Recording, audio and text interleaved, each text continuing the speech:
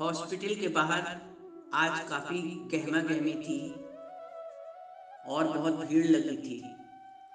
उसी भीड़ से होती हुई सिस्टर सुधा अपनी ड्यूटी के लिए वार्ड में दाखिल हुई। अंदर आते ही उन्होंने रोज की तरह बेड नंबर 5 पर नजर डाली तो वो आज भी खाली था और मरीज बेड से गायब था। सिस्टर सुधा गुस्से से बड़बड़ाने लगी कि ये मरीज यहाँ इलाज करवाने आया है या तफरीह और घूमने के लिए। तभी पीछे से किसी ने कहा कि अगर आपकी इजाज़त हो तो मैं उसे ढूंढ लाऊं। सिस्टर सुधा ने पीछे मुड़ के देखा तो एक प्यारी सी युवती जो बेड नंबर 10 के साथ थी और अपनी माँ का इलाज करवा रही थी, और उसका नाम प्रभा था। और जो लड़का बेड नंबर 5 पर भर्ती था और अक्सर गायब रहता था, उसका नाम बॉबी था। सिस्टर सुधा ने बेमन से ही कहा कि ढूंढ लाओ जैसी तुम्हारी मर्जी। इतना कहकर सिस्टर सुधा दूसरे मरीजों के काम में लग गई और प्रभा वार्ड से बाहर निकल गई। और बॉबी को ढूंढने में उसने उसे काफ़ी जगह ढूंढा, गार्डन में, रैन बसेरे में, गैलरियों में और भीड़ में, लेकिन बॉबी कहीं भी नजर नहीं आया, ना ही उसका आता पता लगा। वो वार्ड में लौटने के लिए ही पलटी थी कि उसकी नज़र कैंटीन में पड़ी, जहां एक कुर्सी पर बॉबी बेफिक्री से बैठा हुआ मोबाइल चला रहा था। प्रभा तेज कदमों से उसके पास जाकर बोली, आप यहाँ बैठे हैं, चलिए आपको सिस्टर सुधा ने वार्ड में बुलाया है, आपकी दवा का टाइम हो गया है। पर बॉबी तो जैसे किसी ख्वाब में खो गया हो। प्रभा के चेहरे को आपलक देखता ही रह गया। वो मासूम सा चेहरा, बोलती आंखें, सुनहरा रंग और चेहरे पे बिखरी हुई बेतरतीब लटें, सब कुछ बहुत अच्छा लगा उसे। उसे इस तरह ताकता देखकर प्रभा शर्मा गई और वहां से जाते हुए बोली कि जल्दी आइए, सिस्टर बुला रही हैं। अब वार्ड में आने के बाद बॉबी ने वार्ड से बाहर निकलना बंद कर दिया था और हर वक्त बस बेड नंबर 10 की तरफ ही देखता रहता था। पर प्रभा ने दोबारा उससे कोई बात नहीं की। अब बॉबी ने प्रभा की मम्मी से मेल जोल बढ़ाना शुरू किया और कुछ ही दिनों में उनसे काफ़ी घुल मिल गया। अब प्रभा से भी थोड़ी बहुत बातचीत होने लगी। कुछ ही दिनों में प्रभा और बॉबी बहुत अच्छे दोस्त बन गए। प्रभा 10th की छात्रा थी और बॉबी इंटर का। इत्तेफाक से दोनों के स्कूल एक ही थे, पर अब तक मुलाकात न हुई थी। एक तरफ अब बॉबी और प्रभा और दूसरे के घर आना जाना थोड़ा थोड़ा शुरू हो चुका था। इस तरह धीरे धीरे 2 साल गुजर गए। एक दिन अचानक प्रभा को पता चला कि उसे लड़के वाले देखने आ रहे हैं, तो उसने साहस करके अपनी मम्मी से बॉबी के लिए बताया। अब मम्मी बहुत गुस्सा हुई, प्रभा को बहुत डांटा, उल्टा सीधा बोला। तो प्रभा ने याद दिलाया कि वो लड़का बहुत शरीफ है मम्मी, आप अस्पताल में याद करिए कि वो हमसे मिल चुका है और वो बेड नंबर 5 पे भर्ती था और आप 10 पे, और उसको आप बहुत मानने भी लगी थी मम्मी। प्रभा एक बहुत करीब घर की लड़की थी।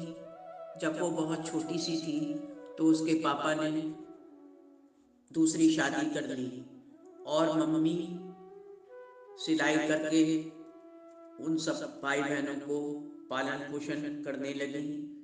पापा की यूं तो बहुत बड़ी हवेली थी, जिसमें नई माँ और पापा चैन आराम से रहते थे, और प्रभा और उसके भाई बहनों और माँ को उनके पापा ने एक सर्वेंट क्वार्टर कोने में छोटा सा कमरे के रूप में दे दिया। उन लोगों से अब पापा का कोई भी मतलब ना था। ना जाने क्या सोचकर मम्मी ने कहा, अच्छा तू ऐसा कर, उस लड़के को कल घर ले आना, फिर देखेंगे कि क्या करते हैं या क्या करना है। प्रभा खुशी से उछल पड़ी और रात को अच्छी तरह सो न पाई। दूसरे दिन बॉबी से उसने मम्मी की बात कह सुनाई। बॉबी और प्रभा बहुत खुश हुए और बॉबी की ही गाड़ी से प्रभा के घर दोनों पहुंचे। प्रभा के घर की गरीबी और तंगहाली देखकर हैरानी से बॉबी उसके पीछे पीछे घर के अंदर दाखिल हुआ, जहाँ पे टाट के पर्दे पड़े थे और वहाँ प्रभा की मम्मी उसे बैठाकर चाय आदि का प्रबंध करने चली गई। थोड़ी ही देर तक वहाँ सन्नाटा पसरा रहा। एक दूसरे का मुंह देखते रहे। फिर मम्मी चाय की ट्रे और नाश्ता लेकर आ गई और बॉबी के सामने बैठकर उससे उसके घर के बारे में व अन्य सारी जानकारियां लेने लगी।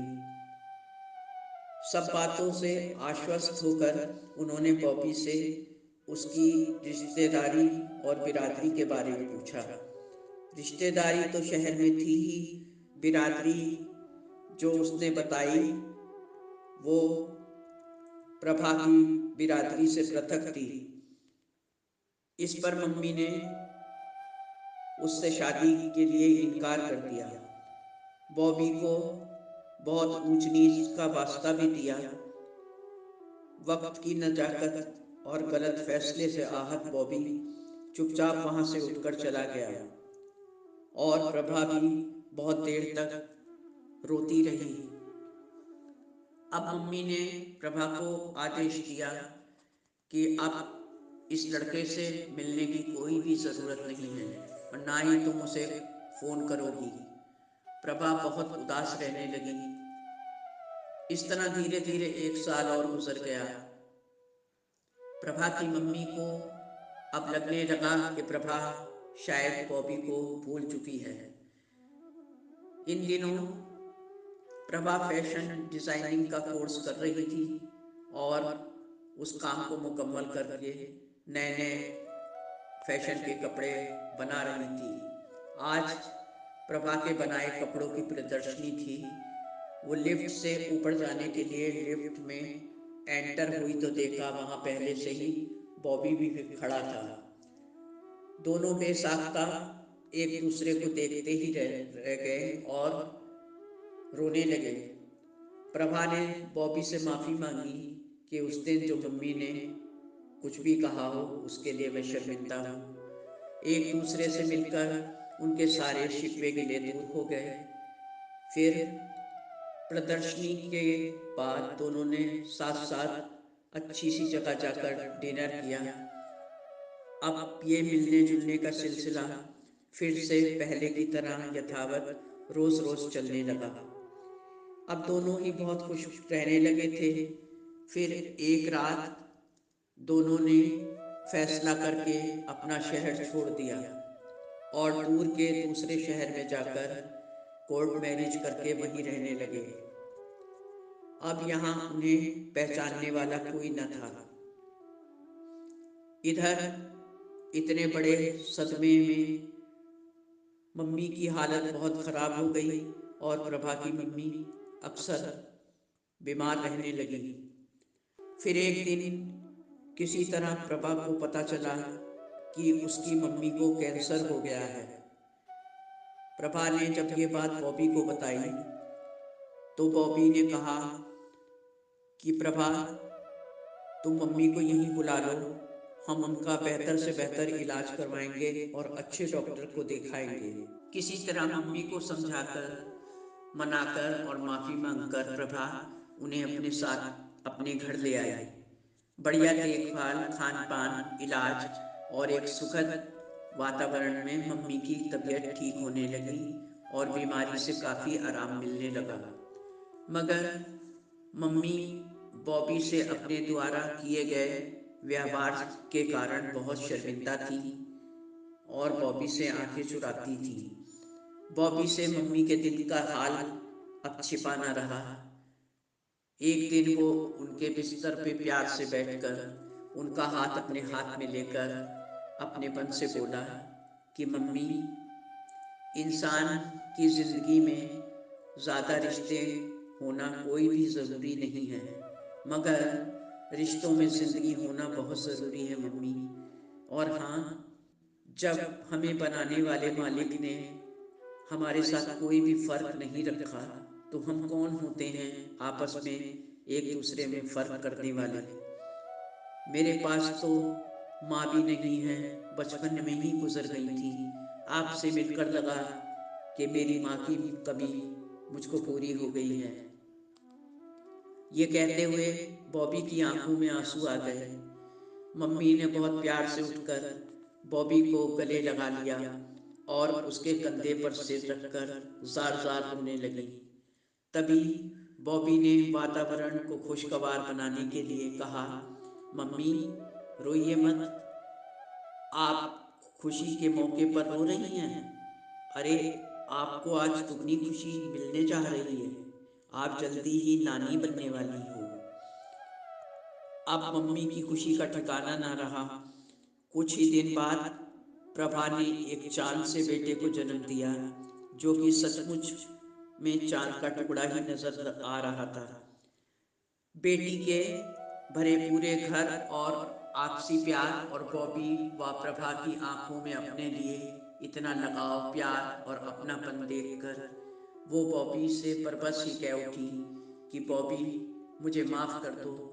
इतना प्यारा दामाद और बेटा मुझे कहीं चिराग लेकर ढूंढने पर भी नहीं मिलता। ये सुनकर सबके चेहरे प्रसन्नता से खिल उठे और मम्मी ने उस नन्हे से प्यारे से मुन्ने को गोद में उठाकर सीने से लगा लिया और खूब प्यार करने लगी। दोस्तों, उम्मीद है मेरी कहानी आपको पसंद आई होगी। चैनल को सब्सक्राइब और वीडियो को लाइक करना ना भूलें। खुशियाँ सदा आपके जीवन को महकाती रहें। धन्यवाद। आपकी अपनी जैस्मीन।